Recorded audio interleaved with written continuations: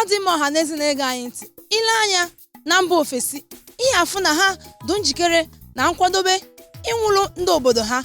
Mana anyị apụtago n'oge awa ka anyị jụ ọha na eze, ka anyị jụkwa ụmụ Igbo, ka anyị jụkwa onye ọbụla ma ha dị njikere ịnwụrụ obodo anyị bụ Naịjirịa.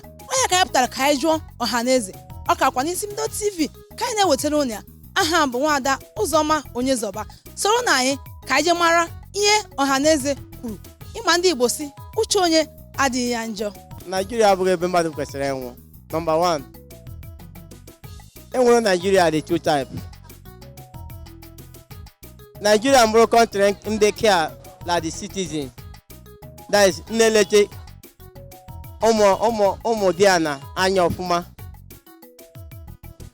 Mmadụ nwere ike were ndị ya chụọrọ ya aja, but ebe ọnwụ na Nigeria adịghị eleche ndị anyị nwe anya mbụ ndị Nigeria.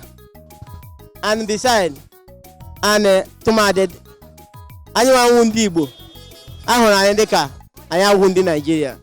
So ebe kpọrọ m na si na m nwụrụ Nigeria, ana m ahụ m na ụmụ onye Nigeria sef na-ebi m ebi n'ebe a.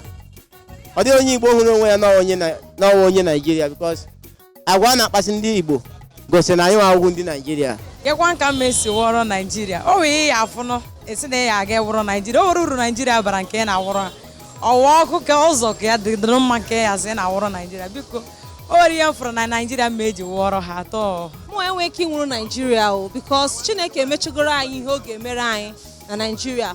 Ọzọ ka ndị isi anyị use brain ha think, mara ihe a ga-eme na country Nigeria, ihe ị ga-eme Nigeria ka ọ gaa n'iru.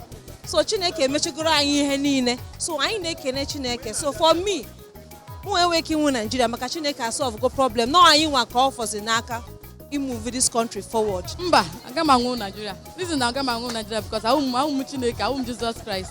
Mba, no, aga m anwụrụ Nigeria, ahụ m Jesus Christ for that matter. But mana ihe mere na mụ aga anwụlịrị Nigeria ahụ na so many corruptions.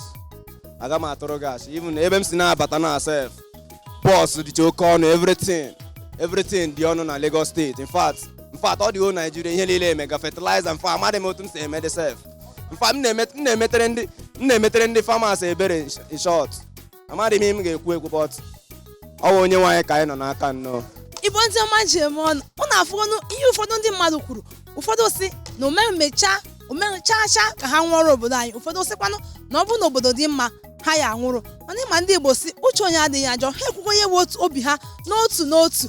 Onye chefukwana na akakwa n'isi mbido TV ka anyị na-ewetara unu ajụjụ gbara ọkpụrụkpụ. Unu anụkwa ihe ndị mmadụ kwuru. Aha akwa Nwaada Ụzọma Onyezọba. Ka emesịa nụ.